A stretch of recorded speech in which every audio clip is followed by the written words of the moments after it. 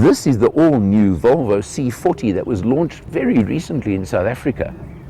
Now, you know the front. It looks very similar to the XC40 in many ways until you come here. And you have a look at this very steep sloping line towards the rear and into the C-pillar. When I first heard about the C40, I actually thought it was a much smaller car than this. If you remember the C30 of a while back, which was a little two-door coupe, I thought it may be something similar. Yet it's way, way bigger than I first thought. But it is a bit smaller than XC40, and it's not an SUV. It's a coupe. So take a look in the back over here. I've just opened the back door for you, and you'll notice a lot of things. The driver's seat is set for me, and I'll get in on this side now quickly and show you.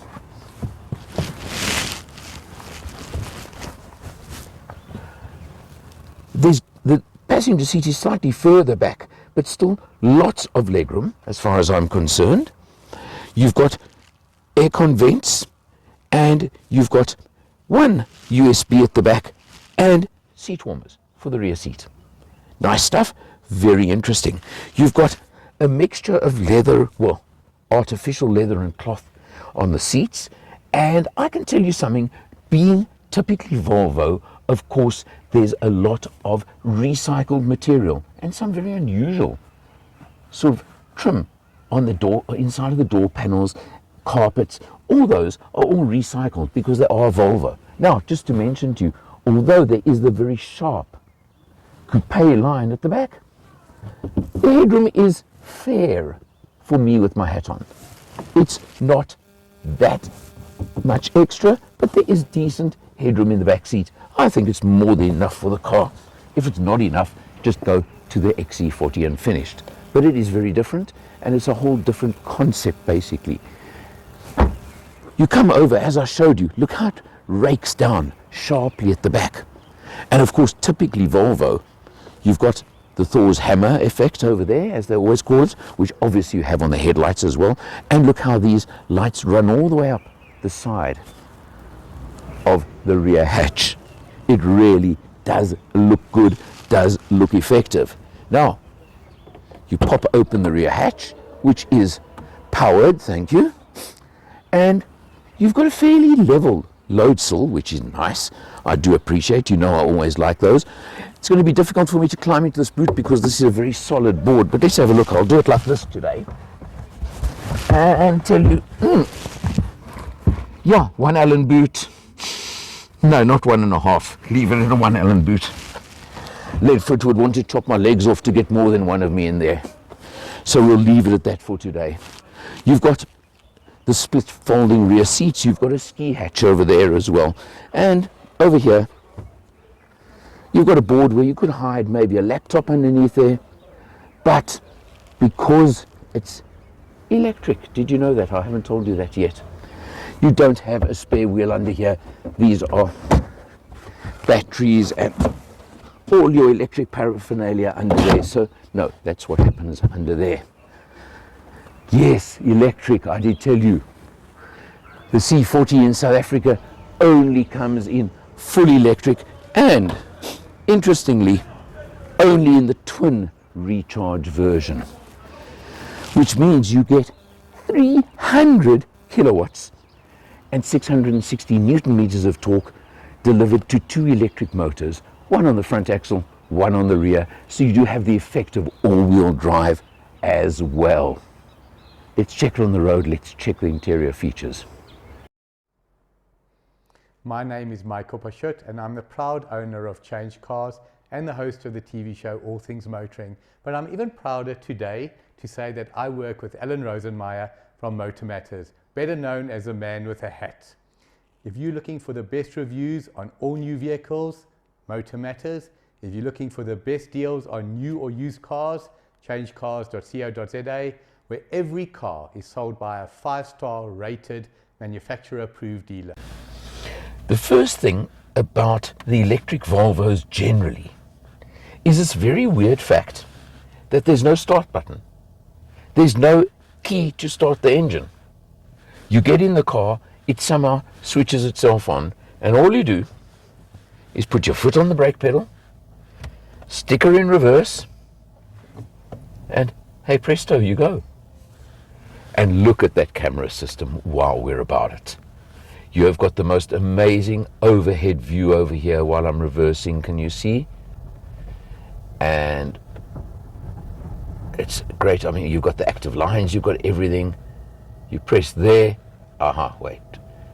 And you can, parking sensors, rear auto brake. It's got all these features you want. Now, into drive. You've really got to get used to electric cars. They really are so different. Because just feel this.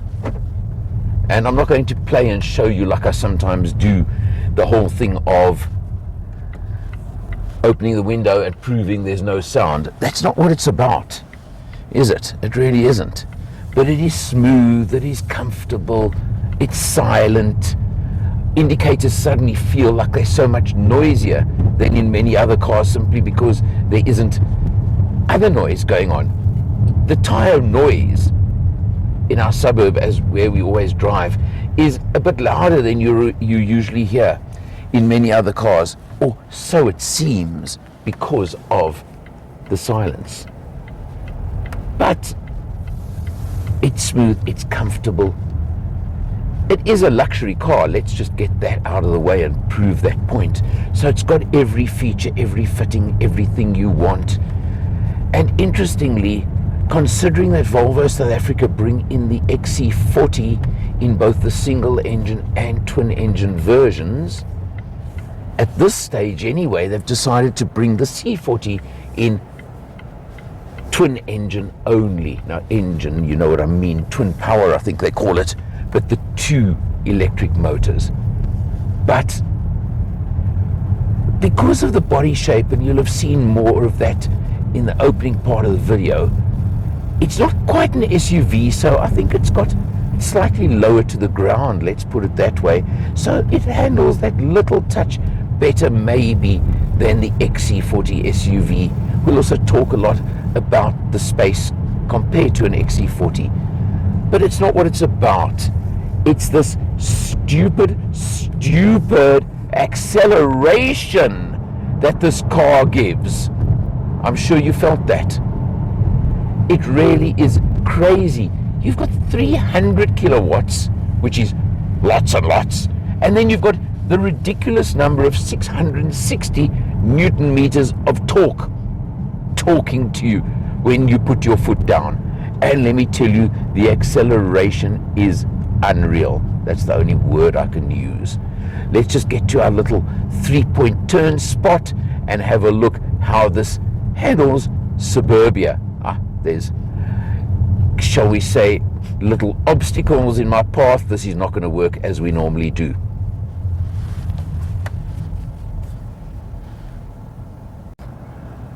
Hopping in behind the wheel, it's all digital of course, and I'm not going to show you the usual because there isn't the usual to show you. But you can see the battery level is at 44%. At the moment, I'll get into that just now, but you look at the steering wheel, you've obviously got your active cruise control. Volvo, I don't even have to tell you, safety, safety, and more safety. This car's got an upgraded Harman Kardon sound system, but that's all standard. You've got electric adjustment on both driver's and passenger seat. Again, really, really nice features, aren't they? And you've got Volvo, who were the original people to give you the tablet screen. It's been taken up by a few others since, but I think you get the idea. You touch on it, it just is amazing. And for example, I just want to put the fan speed down a bit. There you go into your climate control, etc., your parking controls. You can see what I'm talking about, how it works. It's unbelievable. It says parking over there. There's the screen. It's a tablet. It really is. It's a full-on tablet. So I'll leave it at that and just tell you a volume control button over there. Thank you for that, Volvo. Inductive charging pad down there. So it's got all those features you expect. I mentioned, of course, the gear shift, the very unusual, very interesting little gear shift, and the fact that there's no start button. it still bamboozles me a bit, I have to be honest with you. You take a look in front of the passenger over here. It's obviously a fake wood trim. But what is very interesting is you've got that there and you've got that just at the top of the doors, and it lights up at night while you're driving. Gives quite an interesting effect. Almost cocooning effect, I felt. And I like that very, very much. In front, you've got tons of space. You've got electric adjustment for both driver and front passenger. You've got memories for the driver. You've got all that. And then you've got something else that's a touch different. You've got this very big panoramic roof, but it doesn't have a shade that slides across it, which at first I thought was a little bit unusual, a little bit strange. But let me tell you, there's exceptionally dark tinting on that and on the windows. I actually found the side windows, driver's and passenger side, almost too dark sometimes in certain circumstances when you're trying to see what's going on. And in fact, on the passenger side in particular, I found when you're driving around at night, you didn't see as much in that side mirror on the passenger side as I'm used to seeing. Can I put it that way? I'm sure I would get used to it in time, but right now I did notice that and feel it. So far, everything I've told you is positive, and I love about this car. I really, really do. And I can see the whole concept of electric cars, even in South Africa. And I don't want to repeat the whole story of distances, open road, etc., etc. They're not built for that for South Africa yet. No, you're not. It's not ideal to go down to Durban, for example. But that's not the point. For the urban life, it makes such sense. It really does. But if you're going to buy an electric car, and some are coming in at slightly lower prices, including Volvo announcing the EX30 coming soon at 775,000 Rand, which will be definitely the cheapest premium electric car available in South Africa. If you do not have a wall box to charge your car at home, it's going to drive you mad like this one drove me mad. I've got to put it that way. So unless you are an owner of an electric car and you get the wall box, it'll work perfectly. And I'm not even going to talk load shedding. You know you can get around it, you know you can charge it. But for me, testing to have to run to shopping centers didn't quite work. But I've got to tell you, a small price for me to pay for the enjoyment I had driving this car, because of the exceptional performance out of that the two electric motors. 300 kilowatts, 660 Newton meters of torque. I can tell you Leadfoot loved it. He had fun. One day I'll do comparisons of consumption of electricity as opposed to fuel, and let's see where the numbers stack up between him and myself then. There's only the one model available in South Africa, currently priced at 1.285 million Rand. So virtually the same price as an XC40. It's more about which style you prefer. There are a number of other electric cars, similar price range, as you know, between Mercedes, BMW, etc., that are all coming in this kind of price range. So it fits that as well. Electric sales have increased by a massive percentage over the last year or two in South Africa. They're still small, but they're growing by the day, and they're going to carry on growing. And when they can put up products like this, I'm not surprised.